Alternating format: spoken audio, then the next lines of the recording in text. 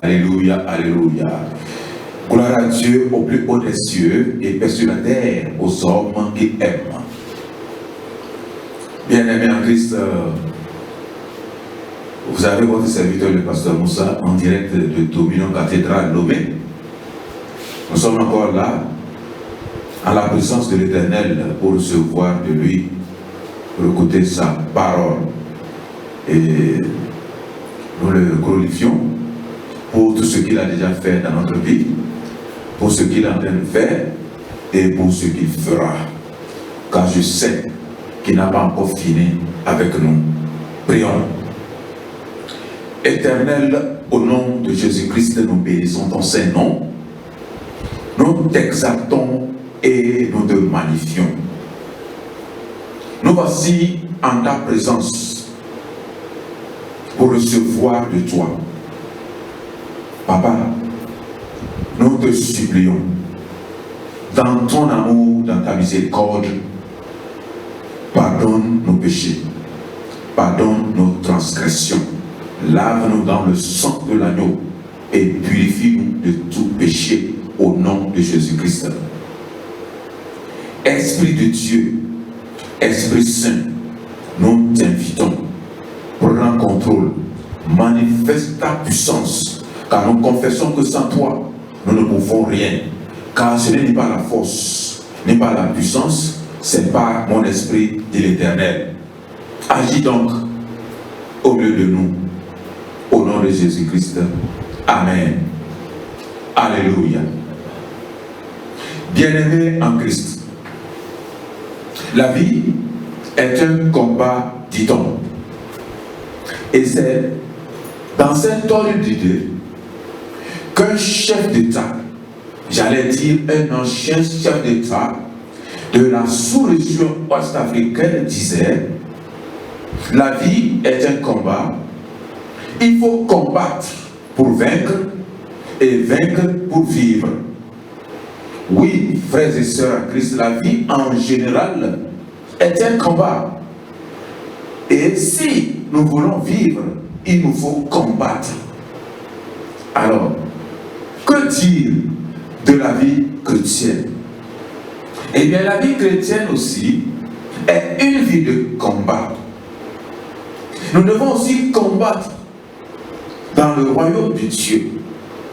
Mais nous devons comprendre que le combat dans le monde est différent du combat dans le royaume de Dieu. Le combat dans le monde est un combat physique, alors que le combat dans le royaume de Dieu est un combat spirituel. C'est pour cela que la Bible nous dit, dans Éphésiens 6, verset 12, que nous n'avons pas à lutter contre la chair et le sang, mais contre les dominations, contre les autorités, contre les princes de ce monde de ténèbres, contre les esprits méchants dans les lieux célestes. Nous, enfants de Dieu, nous combattons contre les esprits méchants, tandis que ceux du monde combattent contre la chair et le sang. Eux, ils soutiennent le combat physique, alors que nous soutenons le combat spirituel. Nous devons comprendre cela.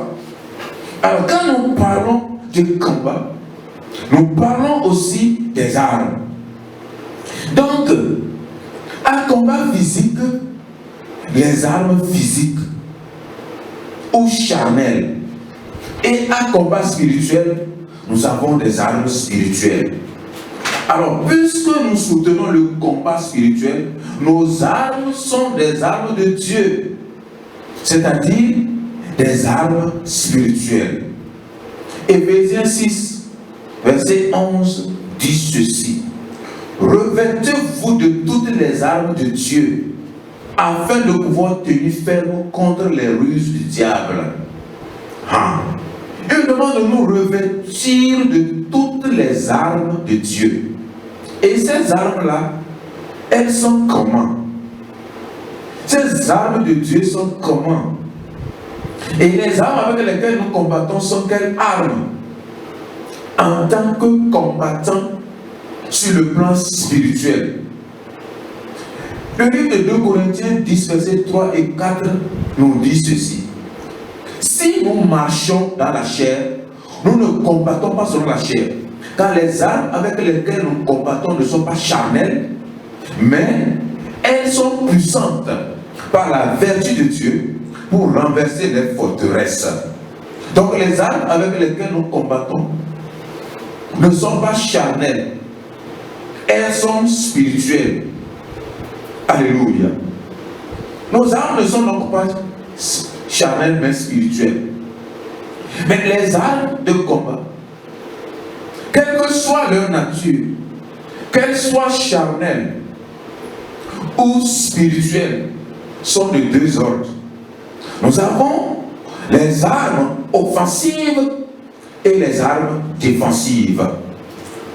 Donc, dans le combat spirituel que nous soutenons, nous aussi, les enfants de Dieu que nous sommes, dans ce combat spirituel, nous avons des armes défensives et les armes offensives. Alors aujourd'hui, nous allons parler des armes offensives. Du moins, nous parlons d'une de ces armes. Éphésiens 6, verset 17 dit: prenez aussi le casque du salut et l'épée de l'esprit, qui est la parole de Dieu. Éphésiens 6, 17. Et prenez aussi le casque du salut et l'épée de l'esprit, qui est quoi? Qui est la parole de Dieu. Donc le thème du message de ce jour, c'est l'épée de l'esprit, une arme offensive. L'épée de l'esprit, une arme offensive. Alors, qu'appelle-t-on épée de l'esprit? L'apôtre Paul, qui nous parle, nous donne la réponse. Il dit: prenez aussi le casque du salut et l'épée de l'esprit, qui est la parole de Dieu. Donc l'épée de l'esprit, c'est la parole de Dieu. Mais nous devons faire beaucoup attention lorsque nous parlons de la parole de Dieu. Parce que lorsque nous parlons de la parole de Dieu, nous avons ce que nous appelons le logos de la parole et le réma de la parole. Alors l'épée de l'esprit, qui est la parole de Dieu, il ne s'agit pas du logos, mais il s'agit de réma, c'est-à-dire l'esprit de la parole, la puissance de la parole, celle qui vivifie. C'est de ça qu'il s'agit. Alléluia. Donc à propos de la parole de Dieu, que nous dit Jean dans son évangile? Que nous dit Jean dans son évangile? Jean chapitre 1, verset 1 à 3 dit ceci: au commencement était la parole, et la parole était avec Dieu, et la parole était Dieu. Elle était au commencement avec Dieu. Toutes choses ont été faites par elle, et rien de ce qui a été fait n'a été fait sans elle. Alléluia. Donc ici, Jean nous fait comprendre qu'au commencement était la parole, et la parole était avec Dieu, et la parole était Dieu. Maintenant, l'apôtre Paul nous dit que l'épée de l'esprit, c'est la parole de Dieu. Donc, en d'autres termes, l'épée de l'esprit n'est rien d'autre que Dieu lui-même. Alléluia. Donc, Jean nous dit aussi que toutes choses ont été faites par elle, et rien de ce qui a été fait n'a été fait sans elle. Qu'est-ce que nous pouvons comprendre de cela? Qu'est-ce que nous pouvons comprendre? Que toutes choses ont été faites par cette parole-là. Alors, quelles sont ces choses-là qui ont été faites par cette parole? Colossiens 1, verset 16 et 17. Colossiens 1, 16 et 17. Et car en lui ont été créées toutes les choses qui sont dans les cieux et sur la terre, les visibles et les invisibles, trône, dignité, domination, autorité. Tout a été créé par lui et pour Pour lui, il est avant toutes choses et toutes choses subsistent en lui. Alléluia. Donc toutes ces choses, ce qui est dans les cieux, ce qui est sur la terre, ce que nous voyons et ce que nous ne voyons pas, les invisibles, les trônes, les dignités, les dominations, les autorités, toutes ces choses ont été créées par la parole de Dieu. Par la parole de Dieu. Et comment cela s'est passé? Comment cette création a eu lieu? Alors Genèse 1, verset 1 à 3 nous dit ce qui s'est passé. Genèse 1, verset 1 à 3. Alors au commencement, Dieu créa les cieux et la terre. La terre était informe et vide. Il y avait des ténèbres à la surface de l'abîme et l'Esprit de Dieu se mouvait au-dessus des eaux. Dieu dit que la lumière soit et la lumière fut. Alléluia. Donc la Bible nous dit ceci, que Dieu dit que la lumière soit et la lumière fut. Cela veut dire qu'avant que la lumière ne soit, avant que la lumière n'apparaisse, il a fallu que Dieu parle. Dieu devait parler. Et Dieu a parlé. Dieu a prononcé la parole. Et à travers le commandement qu'il a donné, que la lumière soit, la lumière fut. Alors la parole de Dieu exprimée comporte une puissance créatrice. La parole de Dieu exprimée, vocalisée, comporte une puissance créatrice. Pourquoi? Parce que la parole, elle est esprit et vie. Alors c'est ce que Jésus-Christ disait à ses disciples l'autre jour. Et les paroles que je vous ai dites sont esprit et vie. Jean 6, verset 63b. Alléluia. La parole, esprit et vie. Donc Dieu a donc parlé et le réman, qui est l'esprit de la parole, a créé la lumière. A créé la lumière. Alors, lorsque nous retrouvons au chapitre 1, verset 3 et 4, nous voyons quelque chose là-dedans. Il dit, toutes choses ont été faites par elle, parlant de la parole de Dieu. Et rien de ce qui a été fait n'a été fait sans elle. Et en elle était la vie. Et la vie était la lumière des hommes. Et en elle était la vie. Et la vie était la lumière des hommes. Donc, la parole est la vie. La parole, elle est vie. Alors le verset 14 dit quoi? Que la parole a été faite chair. Donc la parole qui était vie a pris forme charnelle en la personne de Jésus-Christ. Alléluia. La parole qui était vie a pris la forme charnelle en la personne de Jésus-Christ. Elle est venue à nous. Pourquoi? Elle est venue à nous pourquoi? Pour plusieurs raisons, dont celle-ci qui consiste de nous redonner la vie, nous qui étions morts par nos offenses. Cette parole qui est vie est venue à nous. Pour nous redonner quoi? La vie, nous qui étions morts par nos offenses. Et c'est ce que la parole de Dieu nous fait comprendre dans Colossiens 2, versets 13 à 15. Colossiens 2, versets 13 à 15. Vous qui étiez morts par vos offenses et par les circoncisions de votre chair, il vous a rendu à la vie avec lui, en nous faisant grâce pour toutes nos offenses. Il a effacé l'acte dont les ordonnances nous condamnaient et qui subsistait contre nous. Et il a détruit en le croix à la croix. Il a dépouillé les dominations et les autorités et les a livrées publiquement en spectacle en triomphant d'elles par la croix. Alléluia. Donc, qu'est-ce que nous pouvons dire de ceci? Que pouvons-nous dire de ceci, c'est que Satan a été déjà vaincu. Il a été déjà vaincu. Il a subi la défaite par Jésus-Christ, qui est la parole de Dieu faite chair.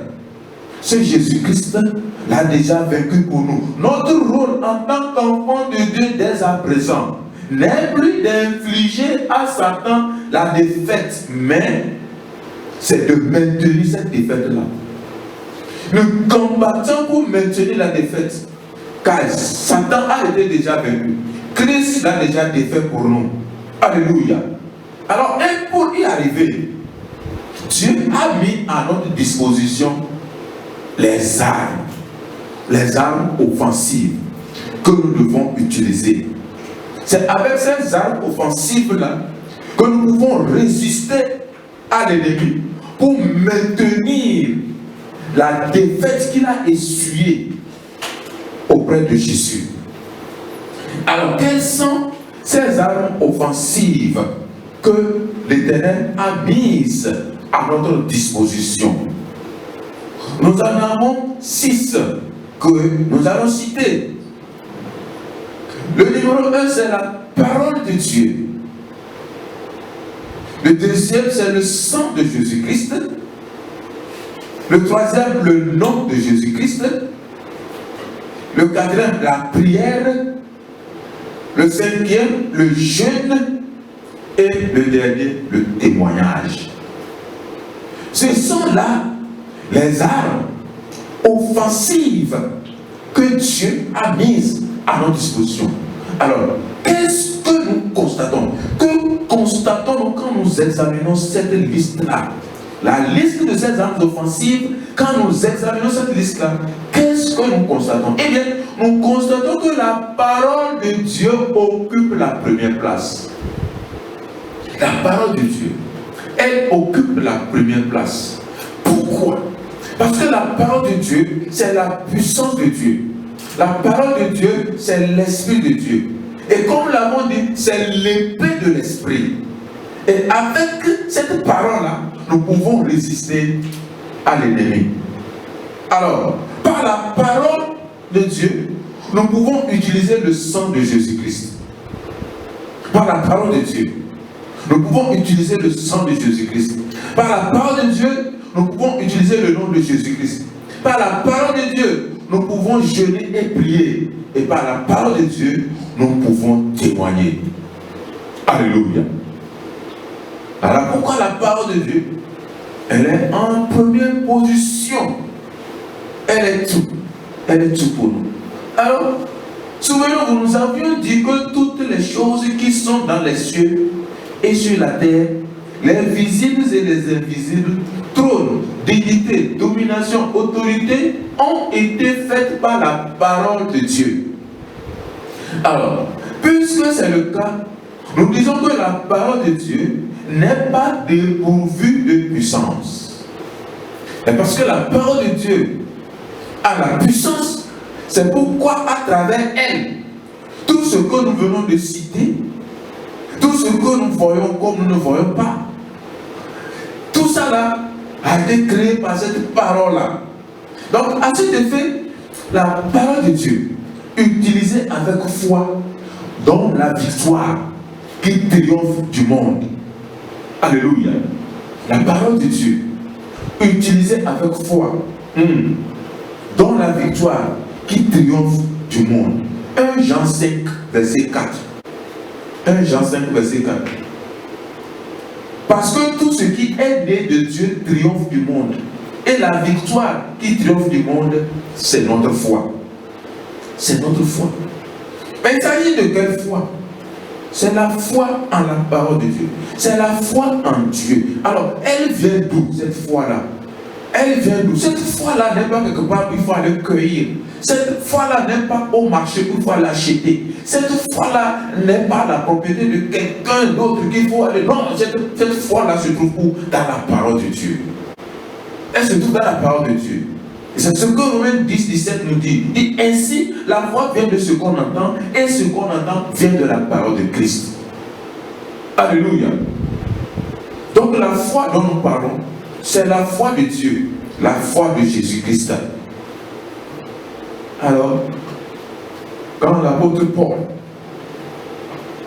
nous dit, prenez aussi le casque du salut et l'épée de l'esprit, qui est la parole de Dieu, c'est qu'il nous demande tout simplement de faire usage de la parole de foi. Il demande simplement de faire usage de cette parole-là, car c'est ce qui nous donne la victoire face aux tentations. Alors nous devons donc personnellement faire usage de cette parole de foi si nous voulons résister aux tentations. Souvenez-vous, Jésus-Christ lui-même a fait usage de la parole de foi quand il confronta Satan dans le désert. Satan est venu le tenter dans le désert. Pour répondre à Satan, Jésus dit, il est écrit, il est écrit, il est écrit. Il a cité la parole de Dieu et la Bible dit que parce qu'il a utilisé cette parole-là, Satan l'a laissé pour un autre temps favorable. Et tu as fait, transforme cette pierre-là en pain. Jésus dit non, il est écrit, l'homme ne vivra pas seulement du pain, mais de toute parole qui sort de la bouche de l'Éternel. Alors, il lui dit, si tu t'agenouilles pour m'adorer, tout simplement, tout ça là, je te donne, car c'est à moi. Toutes ces richesses, tout ce que tu vois, je te donne. Jésus dit non, il est écrit, tu n'adoreras que ton Dieu seul. Tu ne te prosterneras pas devant qui que ce soit. Alléluia. Il veut monter sur un toit, il dit, regarde, si tu sautes, tu peux sauter. Il a dit qu'il va ordonner les anges de te garder. Et ton pied ne pèsera pas une pierre. Il dit non, il est écrit, tu ne tenteras pas ton Créateur. Donc Jésus-Christ a utilisé l'épée de l'Esprit qui est la parole de Dieu face aux assauts de Satan. Et il a dû résister et Satan l'a laissé. Donc nous aussi devons apprendre à faire usage de cette parole-là. Alléluia. La parole de la foi. La parole de foi. Elle est source de victoire. L'épée de l'Esprit est là pour ça. Pour nous aider à résister aux assauts du diable, à refuser aux assauts des démons. Alléluia. Alors, quand nous allons dans le livre des Hébreux, nous savons que dans le livre des Hébreux, au chapitre 11, on l'appelle la galerie des hommes de foi, la galerie des héros de foi. 11, Hébreux 11, versets 32 à 34. Nous lisons. Et que dirais-je encore? Car le temps me manquerait pour parler de Gédéon, de Barak, de Samson, de Jephthé, de David, de Samuel et des prophètes qui, par la foi, vainquirent des royaumes, exercèrent la justice, obtinrent des promesses, fermèrent la gueule des lions, éteignirent la puissance du feu, échappèrent aux tranchants de l'épée, guérirent de leur maladie, furent vaillants à la guerre, mirent en fuite des armées étrangères. Alléluia. Qu'est-ce qui a permis à tout ce monde-là d'agir de la sorte? Tous ces gens dont nous voulons parler, qu'est-ce qui leur a permis d'agir de cette manière? C'est la parole de la foi. Ils avaient la foi en la parole de Dieu. Et ils connaissaient cette parole. Ils l'ont utilisée.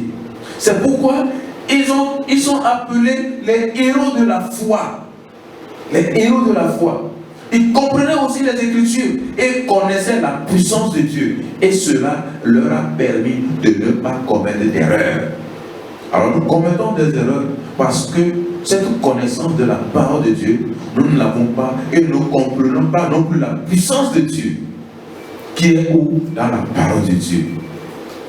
C'est ce que Jésus disait dans Matthieu 22, 29. Matthieu 22, 29. Jésus leur répondit, vous êtes dans l'erreur parce que vous ne comprenez ni les Écritures ni la puissance de Dieu.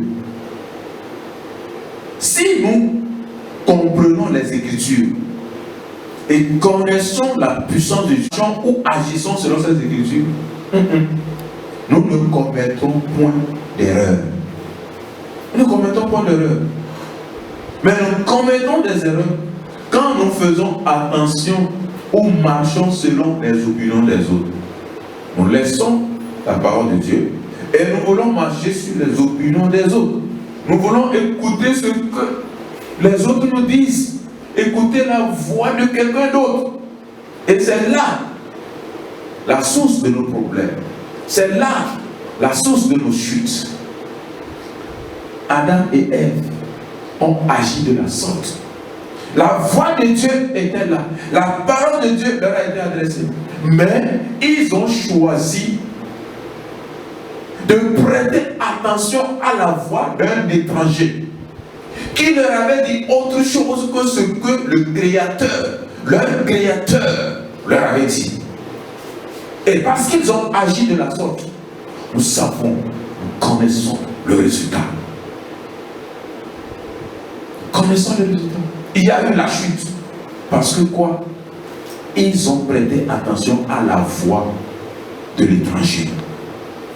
Alors Pierre marchait sur la mer, sur l'appel de Jésus. Il dit, si c'est toi, Seigneur Jésus, ordonne que je vienne. Jésus dit, viens. Viens à ma rencontre. Alors, Pierre a commencé à marcher, mais à un moment donné, il a commencé à enfoncer dans l'eau. Pourquoi? Parce qu'il a détourné son regard de la parole de Dieu. Matthieu 14, versets 29 et 30. Matthieu 14, 29 et 30 dit, et dit, viens. Pierre sortit de la barque et marcha sur les eaux pour aller vers Jésus. Mais, voyant que le vent était fort, il eut peur. Et comme il commençait à enfoncer, il s'écria, Seigneur, sauve-moi. Alléluia. Sauve-moi. Ce n'est pas que Pierre n'a pas marché sur les eaux. À la parole de Christ, viens. Il a cru en cette parole-là, qui est la puissance. Et cette puissance-là était là pour le soutenir quand il marchait selon cette parole, ayant ses yeux fixés sur Christ, qui est cette parole-là. Mais lorsqu'il a détourné ses regards de la parole de Dieu, qui est Jésus-Christ, et a commencé à regarder ailleurs, à regarder les circonstances qui l'entourent, qu'est-ce qui s'est passé? Il commença à enfoncer. Alors, nous commettons des erreurs quand nous regardons ailleurs, quand nous détournons nos yeux, nos pensées de la parole de Dieu. En ce moment, commettons des erreurs. Alléluia. Commettons des erreurs. Pour terminer, allons dans Ésaïe 34, verset 16. Pour terminer, allons dans Ésaïe 34, verset 16, qui dit, consultez le livre de l'Éternel et lisez. Aucun d'eux ne fera défaut. Ni l'un, ni l'autre ne manqueront, car sa bouche l'a ordonné. C'est son esprit qui les rassemblera. Alléluia. Nous devons comprendre ceci. La puissance de Dieu est absolument sûre. Elle est absolument sûre. Aucune prophétie venant de Dieu n'échouera. Toutes les prophéties venant de Dieu s'accompliront. Pourquoi? Parce que c'est Dieu le Tout-Puissant qui a parlé. Et personne ne peut aller contre ce que Dieu a dit. Personne. La parole de Dieu est puissante de telle manière que personne ne peut empêcher son accomplissement. C'est pourquoi lorsque nous prenons l'épée de l'Esprit qui est la parole de Dieu avec nous, c'est la puissance. Et avec cette puissance-là, nous pouvons résister, comme nous l'avions dit, aux assauts sataniques. Alléluia. Alors, Dieu dans sa toute puissance a parlé et il ne reviendra pas sur sa parole. Dieu ne reviendra pas sur sa parole. Dieu nous dit, consultez le livre de l'Éternel et lisez. Consultez le livre de l'Éternel et lisez. Pourquoi? Pour quelle raison devrions-nous consulter le livre de l'Éternel et le lire? Pourquoi? Alléluia. Parce que, c'est dans le livre de l'Éternel que se trouve la voie du salut. La voie du salut se trouve dans le livre de l'Éternel. Jésus disait aux pharisiens, il dit, vous sondez les Écritures parce que vous pensez avoir en elles la vie éternelle. La vie éternelle. La voie de la vie éternelle, ça se trouve dans le livre de l'Éternel. Alors, la deuxième raison, c'est que c'est la seule règle de notre foi et de nos vies. La seule règle de notre foi, c'est la parole de Dieu. C'est dans la parole de Dieu, dans le livre de l'Éternel, que nous pouvons avoir cela. Alléluia.